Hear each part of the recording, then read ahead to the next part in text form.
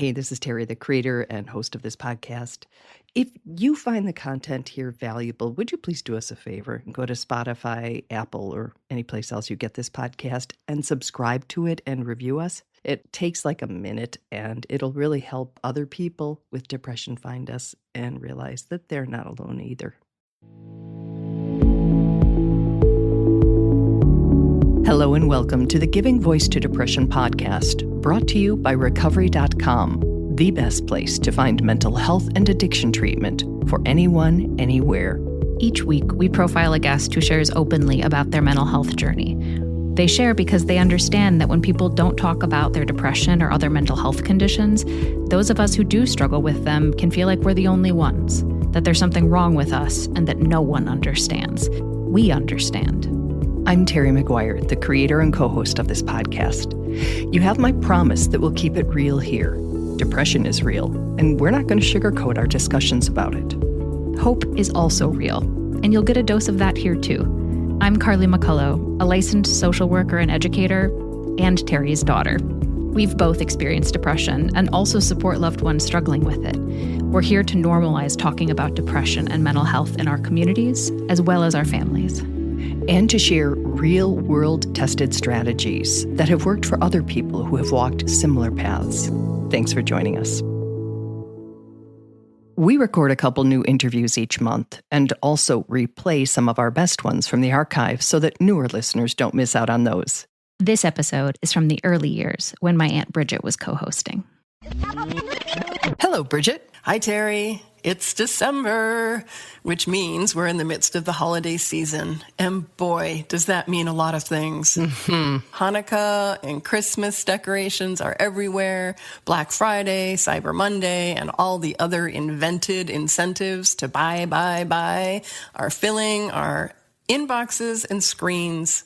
The significance of the holidays is too easily lost, and it becomes just too much for many of us. Having depression, bipolar, anxiety, or any other mental health challenge can add layers to the intensity, as can lingering fears of COVID and its yet emerging variants. But it can also be a really beautiful and meaningful way to wrap up what has been one heck of a year. With planning and intention, we can create a season that nourishes instead of exhausts us. We don't have to do things or go places that challenge our mental health. We don't have to overwork or overspend or overthink the whole season. Yum, I like the sound of that last sentence. That's the message from this episode's guest, Dr. Anita Sands, psychologist and member of the Giving Voice to Mental Illness Board. We first recorded this interview 4 years ago, before any of us could have guessed how much the world would change. But her advice is as relevant today as it was then. Here now is Dr. Sands giving her voice to depression.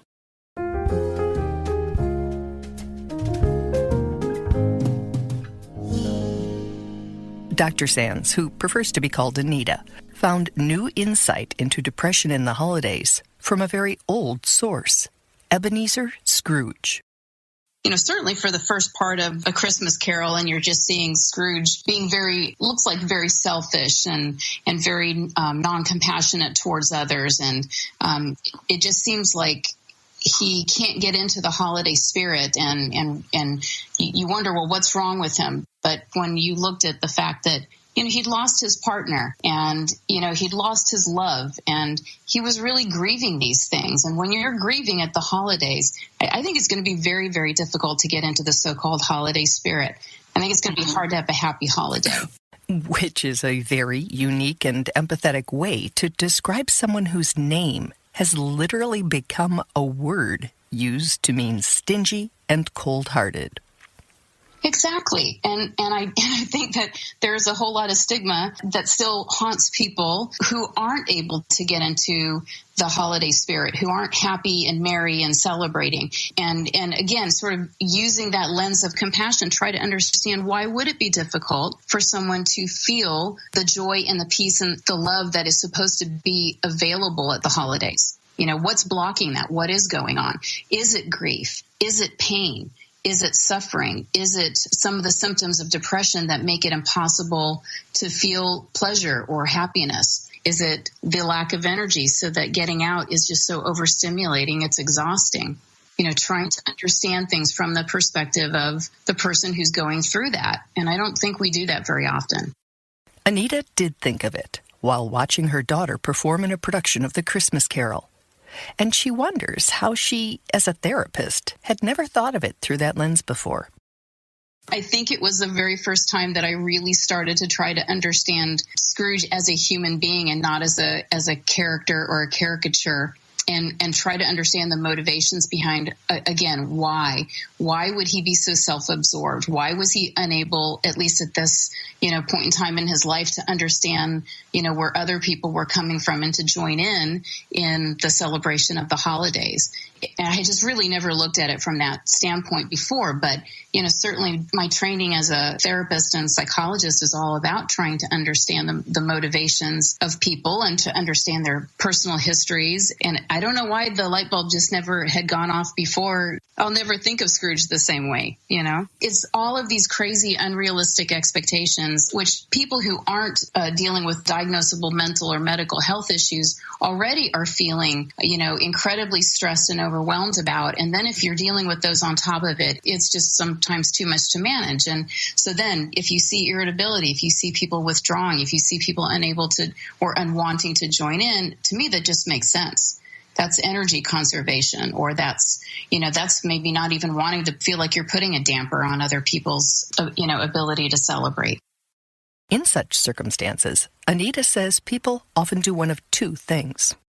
Either they will just absolutely refuse to join in parties or family events or other type of holiday celebrations because they feel like I don't have what it takes to be a fun or a good part of this. And I also know people who, because their depression are inconsistent, so they have good days and they have bad days, but they can't predict, when that's going to be. And so you have a holiday party invite that might not be for a week or two, and the person will decline them because they can't predict. They don't know where they will be at that day or at that time.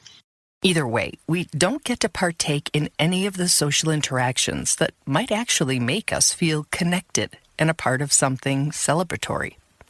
And the host doesn't get the gift of our presence at their event. So here's the way around that, and the advice that made us want to remix and repost this episode for today. It's what we're calling Dr. Sands' holiday gift for anyone who struggles this time of year, or how you can be a good friend to someone who does. This is a golden nugget of advice that we hadn't heard before, and we hope we never forget. One of the best and kindest things you can do at this time is to offer the out, which is to say you don't have to say yes or no. You can show if it's a good day. If it's not, you don't have to. You won't be disappointing anyone. I've heard from many of my clients with depression say it's one of the best things in the world because it's a very low stress way then of either being able to show up if at the last minute they feel they can make it, but then they also don't feel like they're letting anyone down if they don't.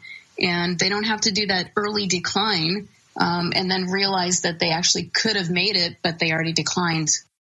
It's really a pretty simple concept, but as with the empathetic take on Scrooge, it is hardly a common impulse.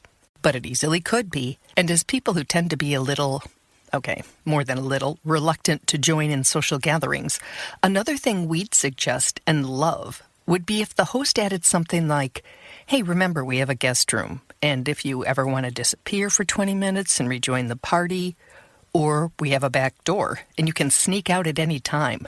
Don't worry about saying goodbye. We can catch up later by phone. Now those would be holiday gifts. Yes, or, just anything, any level of compassion or understanding that you might need to leave early, you might need to leave without saying goodbye, just something that lets you know that your presence in any way, shape, or form is desired, and that there isn't an expectation on how you are, how long you're there, and how you manage that. And that, to me, would be quite a gift that you could give to somebody with depression. We hope you got that because we think it's huge. Say to your friend or family member or coworker who's been having a hard time, hey, you don't have to RSVP beforehand. Just know that you're invited.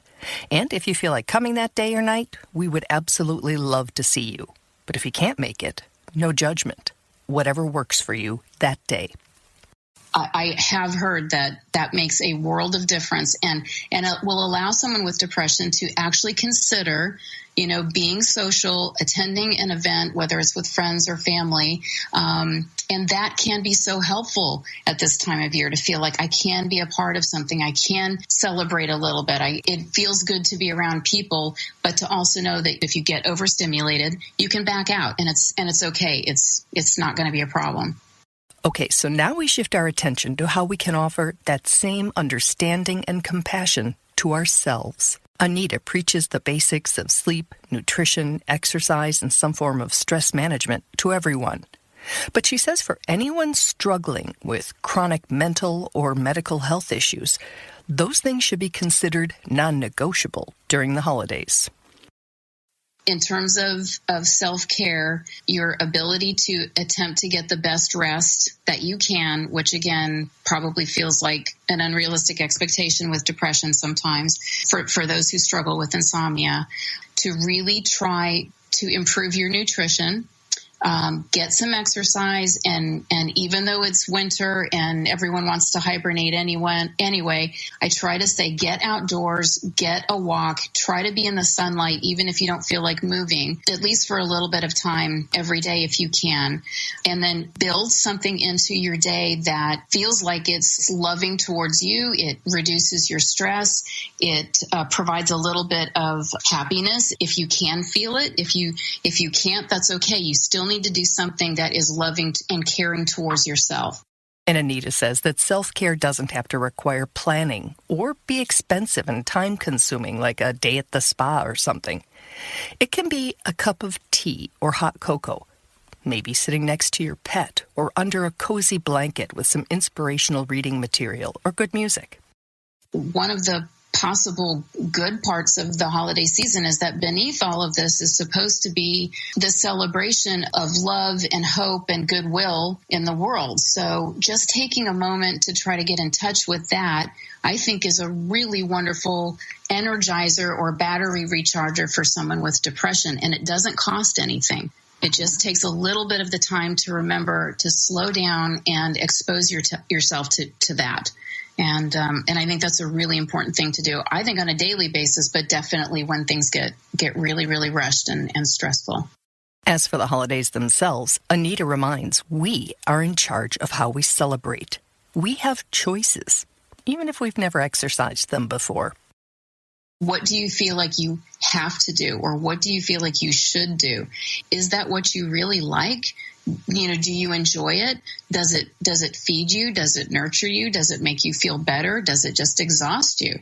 Does it make you feel inadequate? Does it break your budget? And we can narrow down sometimes, like you're saying, to the essence. What does this season mean to you? What is the meaning of Christmas, or what is the meaning of Hanukkah to you? And then look at, well, what do you want to do as far as any kind of holiday celebration that sort of honors that meaning? And again, you do not have to do anything because you think it's expected, or it's always been done, or everybody else is doing it, or that's what the TV shows and the movies are showing. Show me where it's carved in stone that the cookies have to be baked and they have to be hand decorated. And if you love that, if that is so meaningful to you, and it really would not be the holidays without doing that, then that's on your I really want to do this, if you can list. But if that really is not important to you, then why? Why are you spending the time? Again, why? It really doesn't have to be done. You can figure out for yourself and for your family what is healthy and what feels right to you, and navigate that. It doesn't mean that, there won't be a little bit of choppiness sometimes if you're changing traditions, or you take a stand and say, well, we're not going to travel all the way across the country to spend, a day or two with people that, we just don't really want to. But the payoff for being willing to really search yourself and figure out whether doing certain things with family is really healthy for you can be good. It can be good. To be clear, it's not about rejecting family or tradition. It's about making choices with our physical and mental health in mind. And of course, I advise doing less, even though at this time of year it feels like the demands increase, because they do. But I think less is more. And going for quality over quantity, whether that's with gifts, whether that's with parties, whether that's with anything, shoot for the middle. So don't try to get real perfectionistic and try to do it all, and don't get into this, that very rigid all or nothing. I either have to do all of it or do it this way, or it doesn't matter, or it doesn't count. And yet getting it down to the bare bones, I think allows you to then just really soak up and enjoy those essentials that, again, feed you, nurture you, leave you hopefully inspired and refreshed instead of exhausted and wondering, why did I do all of that, and how am I going to recover from this? And how am I going to pay for all this when the eggnog wears off and the bills start pouring in? Oh my gosh, which is why, yes, therapists' offices are packed in November and December, but also in January and February because of the stress of the financial fallout. Regardless of what other people are capable of doing, we're looking to take care of you and get through that season without being exhausted and without being any more tired and dealing with any depressive symptoms than you already are.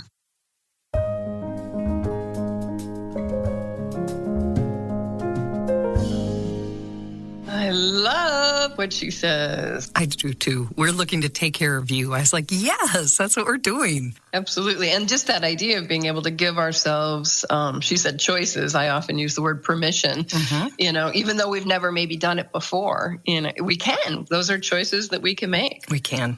And we both are this year, which is interesting because we made them independent of speaking with Dr. Anita. And honestly speaking with each other about it. Mm-hmm. I'm keeping it simple around our house for sure. But I'm also noticing that underneath the relief of kind of letting those expectations go away, there's a little bit of anxiety that like Christmas is going to fall flat. So that's interesting. And there's another piece that I'm fascinated by that I sort of gave myself permission to do very little. And as a result of bringing that threshold down, I'm actually finding myself sort of stepping up and inviting people over for a drink to sit under the tree, or, it's not going to be a full. Because you have time to. I think for me, it's more of a, something internal, some pressure is relieved. Oh, interesting. So there's like an internal space more than calendar space or time. Interesting. I have made Christmas just Thanksgiving part 2. I've done it years ago. I just said, I like Thanksgiving because it's everything that's good about a holiday with good food, and, the focus seems to be in the right place. And Christmas, for me, it wasn't in the right place. The whole gift thing, all the decorations, all of it just wasn't working anymore. So we pretty much have Thanksgiving again. And, may or may not be a couple of presents, but that certainly is not the focus. And it's just me and my kids, and I actually love it. I look forward to it. Absolutely. And when I do buy the presents, I'm going to do it after Christmas so we get more for our money. And I'm going to use smileamazon.com to give a little bit of that money back to giving voice to mental illness. That is awesome. And you're going to buy me things then, right? Kind of one of the decisions I made, Terry, is I'm not doing the sisters presents anymore. No, I agree with that. Take the S off sisters and just make it sister. I love you, Bridget. Bye, Terry. Happy holidays. Happy I hope holidays. Everyone listening and everyone who's been a part of this amazing journey has a wonderful holiday, or a restful holiday, or a restorative holiday, whatever they're looking for. Yes. And that in the new year, they have mental health.